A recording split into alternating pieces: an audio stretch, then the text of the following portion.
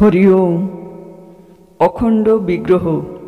শ্রী শ্রী বাবামণি বললেন, ওঙ্কার মন্ত্র কাগজে, ধাতুতে, কাষ্ঠফলকে বা কাঁচে অঙ্কন বা খোদাই করে পূজার আসনে বসালেই ইনি হলেন অখণ্ড বিগ্রহ।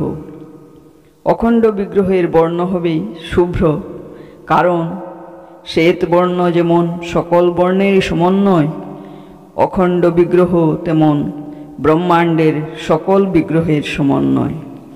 একমাত্র অখণ্ড বিগ্রহের পূজা হলে সকল বিগ্রহের পূজা হলো, কোনো বিগ্রহের পূজা করা আর বাকি রইল না।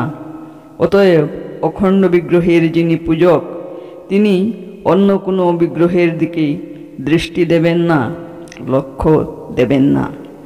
এক চিত্ত, এক প্রাণ, একনিষ্ঠ হয়ে তিনি শুধু